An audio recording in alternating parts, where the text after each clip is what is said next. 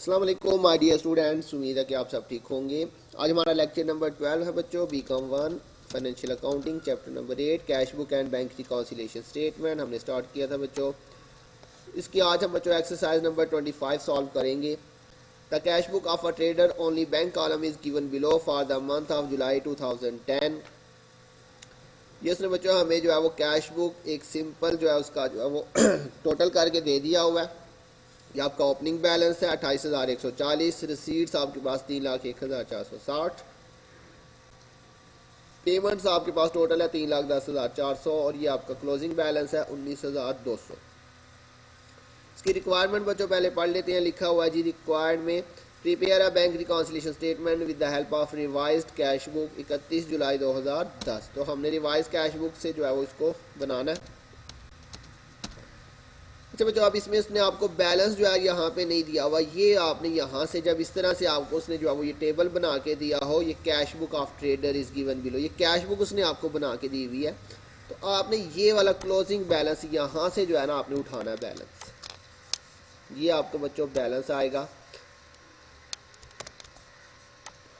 Sorry सिर्फ कौन सा आपने बैलेंस लेना है, ये जो बैलेंस CD है। कितना बैलेंस है बच्चों, ये 19,200, ये आपका बैलेंस आ जाएगा। क्लियर हो गया। तो ये आपका बच्चों बैलेंस आएगा यहाँ से। तो ये क्रेडिट बैलेंस है, तो ये आपने इसे रिवाइज कैश बुक बनानी है, तो रिवाइज कैश बुक के अंदर आप इसको जहाँ पे जाके क्रेडिट साइड पे ही लिखेंगे। क्रेडिट बैलेंस था तो क्रेडिट पे ही लिखेंगे।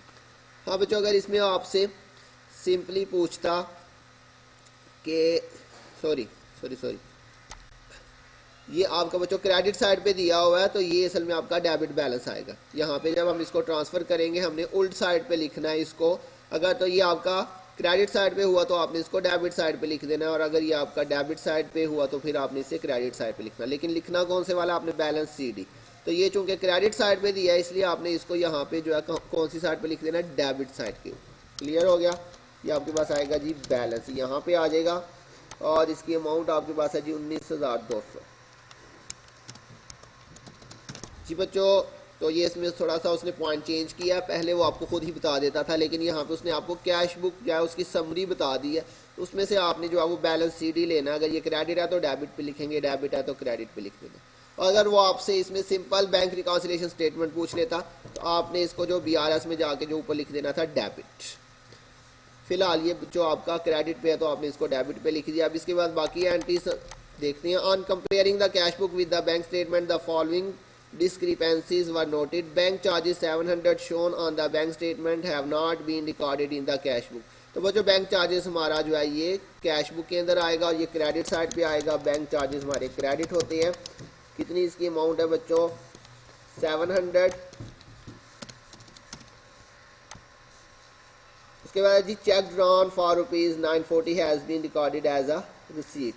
अच्छा बच्चों, चेक हमने इशू किया, ड्रॉन मतलब इशू किया। तो बच्चों जब हम चेक इशू करते हैं तो हमने उसको पेमेंट साइड पे लिखना होता है, मतलब क्रेडिट साइड पे। ड्रॉन का मतलब इशू। जब हम चेक इशू करेंगे तो हमने उसको क्या करना है बच्चों, क्रेडिट करना होता है। क्लियर हो गया।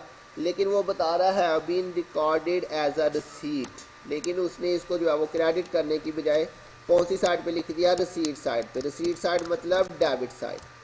तो ये याद रखिएगा, रिसीट का मतलब डेबिट साइड और जो है वो ड्रॉन का मतलब क्रेडिट साइड। अब बच्चों यहाँ पे हुआ क्या, चेक हमने इशू किया, मतलब करना था हमने इसको क्रेडिट। क्या करना था, क्रेडिट। लेकिन उन्होंने क्या किया, have been recorded as a receipt, मतलब उन्होंने डेबिट कर दिया। तो ये याद रखिएगा, ड्रॉन मतलब क्रेडिट, रिसीट मतलब डेबिट।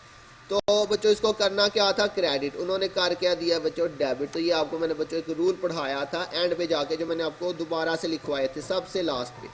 तो मैंने आपको बताया था अगर किसी चीज़ को क्रेडिट करना था लेकिन आपने उसे डेबिट कर दिया तो हमें उसे डबल अमाउंट से क्या करना पड़ेगा, क्रेडिट करना पड़ेगा। याद है बच्चों आपको रूल, सबसे एंड पे लिखवाए थे। अगर किसी चीज़ को आपने क्रेडिट करना है, ड्रॉन का मतलब मैंने आपको बता दिया इशू करना, तो जब हम चेक इशू करते हैं तो वो क्रेडिट होता है।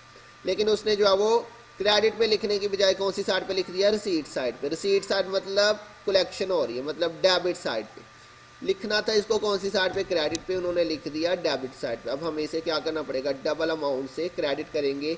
और बच्चों जो है ये कौन सी बुक में रिकॉर्ड हुआ, कैश बुक के अंदर, क्योंकि चेक जो है वो हम इशू करेंगे यहाँ पे पासबुक बैंक स्टेटमेंट की उसने कोई बात नहीं की। तो जब हम चेक इशू करते हैं तो हमने उसको रिकॉर्ड करना होता है बच्चों कैश बुक के अंदर। तो इसका मतलब ये कैश बुक की मिस्टेक है, तो कैश बुक में करना था क्रेडिट, हमने कर दिया था डेबिट। अब डबल अमाउंट से क्या करेंगे, इसे क्रेडिट कर देंगे। तो ये हम लिख लेंगे जी cheque drawn but recorded as receipt. तो जी बच्चों अब इसको हमने डबल अमाउंट के साथ क्या कर देना है, डेबिट कर देना, सॉरी क्रेडिट कर देना। 940 है तो इसका डबल कर ले, कितना बन जाता है 940 मल्टीप्लाई बाई 2, ये 1880 रुपये आपका आ जाएगा टोटल। इसके बाद बच्चों नेक्स्ट एंट्री है जी cheque for 360 has been return dishonoured by bank but not return back in the cash book. तो बच्चों डिसऑनर्ड चेक जो है ये हमारा क्रेडिट होता है और ये कैश बुक की एंट्री होती है। ये आ जाएगा बच्चों चेक डिसऑनर्ड, चेक डिसऑनर्ड। ये हमारे पास कितनी अमाउंट है 360 360।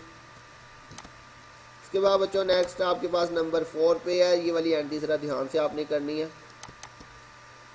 इसमें लिखा जी the opening balance of the cash book should have been brought down ₹29,400 instead of 28,140।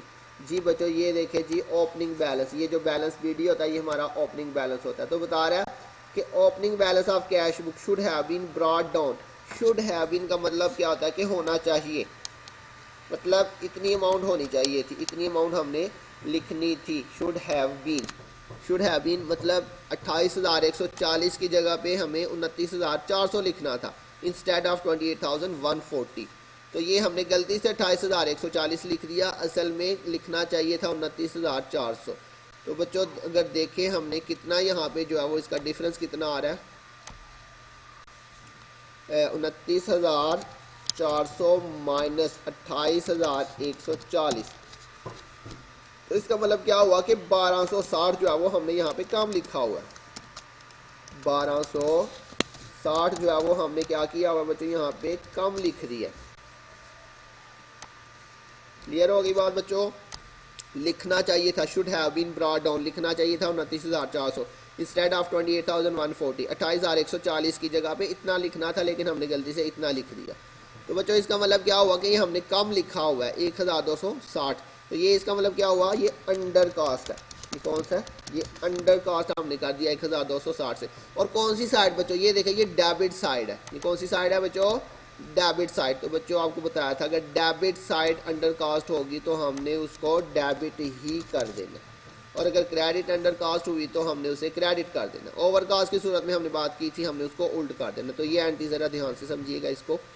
तो अब क्या करेंगे बच्चों, 1260 रुपये से जो डेबिट साइड है वो अंडर कास्ट है, इसलिए हमने इसको डेबिट ही कर देना। और कौन सी बुक में ये मिस्टेक है, कैश बुक की मिस्टेक है। तो बच्चों इसका मतलब है कि हम इसको कैश बुक में ही रिकॉर्ड करेंगे। और कौन सी साइड पे, डेबिट साइड पे। ये आ जाएगा बच्चों डेबिट साइड अंडर कास्ट। तो ये डेबिट हो जाएगा बच्चों कितने से, 1260 रुपये जो हमने डिफरेंस लेके निकाला बच्चों। जितना अंडर कास्ट है सिर्फ उतना ही लिखेंगे। क्लियर होगी बात बच्चों। उसके बाद नेक्स्ट है जी 3 चेक्स इशू टू सप्लायर। ये 3 cheques have not yet been presented to bank. तो बच्चों ये अनप्रेजेंटेड आउटस्टैंडिंग चेक है, ये BRS की एंट्री है। A paying slip of the month of July showing a deposit of 30,840 has not yet been credited by bank। तो जी बच्चों पेन स्लिप मैंने आपको बताया था, इसकी मदद से हम पैसे बैंक में जमा करवाते हैं। वो स्लिप जिसकी मदद से हम बैंक में पैसे जमा करवाते हैं उसको हम कहते हैं पेन स्लिप। तो बच्चों कह रहा है a pen slip of month of July, इसका मतलब है कि हमने जुलाई में पैसे जमा करवा दिए हुए हैं। पेन स्लिप का पेन स्लिप से पता चल रहा है। शोइंग अ डिपॉजिट, ये हमने इतने पैसे जमा करवा दिए थे। Has not yet been credited by bank, लेकिन बैंक वालों ने अभी तक उसकी एंट्री जो है वो रिकॉर्ड नहीं की हुई, बैंक ने अभी तक उसको क्रेडिट नहीं किया हुआ। तो ये बच्चों क्या होगा, ये होगा deposit in transit. Deposit in transit मैंने आपको बताया था चेक या कैश जो हम बैंक में तो जमा करवा चुके हैं लेकिन बैंक वालों ने अभी तक उसकी एंट्री रिकॉर्ड नहीं की हुई, बैंक ने अभी तक उसको क्रेडिट नहीं किया हुआ। अच्छा बच्चों ये असल में नॉट येट बीन क्रेडिटेड का मतलब ये अनक्रेडिटेड चेक नहीं है, ये डिपॉजिट इन ट्रांजिट है। वो कैसे बच्चों, ये देखिए पेन स्लिप से पता चल रहा है कि ये, अच्छा जो पेन स्लिप मतलब हमने पैसे बैंक में जमा करवा दिए हुए हैं पेन स्लिप की मदद से।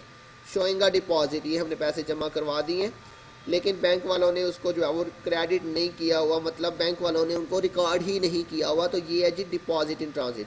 डिपॉजिट इन ट्रांजिट की बच्चों क्या मैंने आपको डेफिनेशन बताई थी, ऐसा चेक या ऐसा कैश जो हम बैंक में जमा करवा चुके हैं लेकिन बैंक वालों ने उसकी एंट्री ही रिकॉर्ड नहीं की हुई।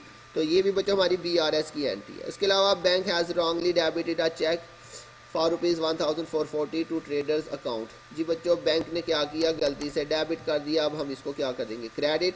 और ये मिस्टेक बच्चों किसकी है, ये बैंक की मिस्टेक है, तो इसलिए इसको हम BRS में रिकॉर्ड करेंगे।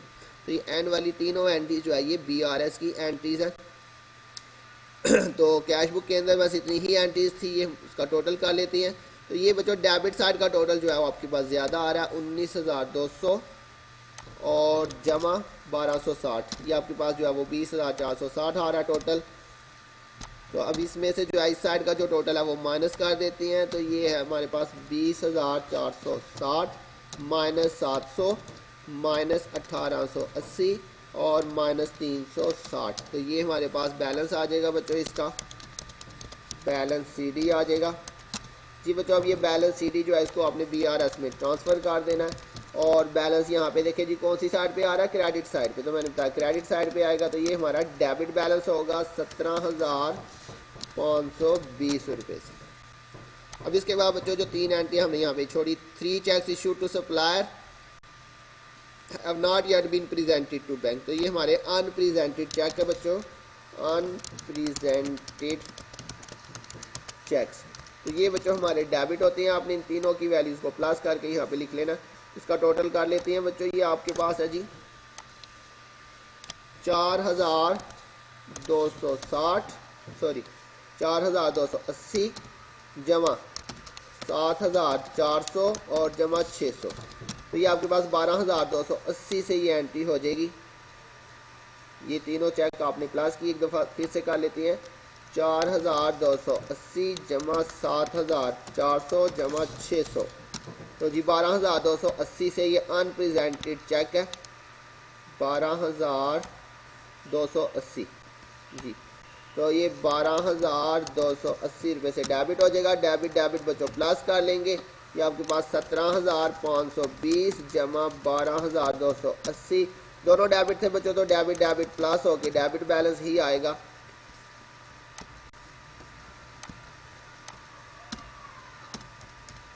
इसके बाद नेक्स्ट बच्चों आपके पास एंट्री है जी पेन स्लिप। ये मैंने आपको भी एक्सप्लेन कर दिया था। ये deposit in transit 30,840 deposit in transit. और ये क्रेडिट होता है बच्चों हमारा 30,840। नहीं अमाउंट है बच्चों 30,840 जी। तो अब इसका फिर से जो है वो टोटल करते हैं जी बच्चों। ये वाली डेबिट है, ये क्रेडिट है, डिफरेंस लेंगे लेकिन क्रेडिट वाली अमाउंट जो है वो बड़ी है 30,840 माइनस 29,800। तो ये बच्चों हमारे पास जो है वो क्रेडिट बैलेंस आ जाएगा क्योंकि क्रेडिट अमाउंट जो है वो बड़ी है। इसके बाद बच्चों लास्ट एंट्री है जी the banker has wrongly debited. Bank ने गलती से डेबिट किया तो हम इसको अब क्या कर देंगे, क्रेडिट कर देंगे।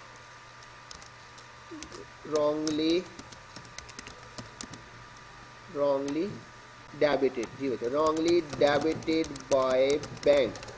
तो ये क्रेडिट हो जाएगा। अमाउंट आपके पास है जी 1440 1440 दोनों क्रेडिट है। क्रेडिट क्रेडिट प्लस हो जाएंगे और प्लस करके 1040 जमा 1440। तो ये 28,2480 आपके पास जो है वो ये आंसर आ जाएगा फाइनल। और मैंने आपको बताया था डिवाइस कैश बुक के अंदर हमेशा ये जो आपके पास बैलेंस दिया होता है ये कैश बुक का बैलेंस होता है। नीचे हमने हमेशा जो है वो लिखना है पासबुक का बैलेंस। ये क्रेडिट बैलेंस आया तो बच्चों यहाँ पे क्या लिखेंगे, डेबिट बैलेंस ₹2480। तो जी बच्चों ये हमारा आज का क्वेश्चन था। मुझे उम्मीद है आपको समझ आ गई होगी। अगर किसी पॉइंट की नहीं समझ आए तो बच्चों ज़रूर पूछिएगा। अपना ध्यान रखिएगा। बहुत जल्द मिलेंगे नेक्स्ट लेक्चर के साथ। तब तक के लिए अल्लाह हाफिज़।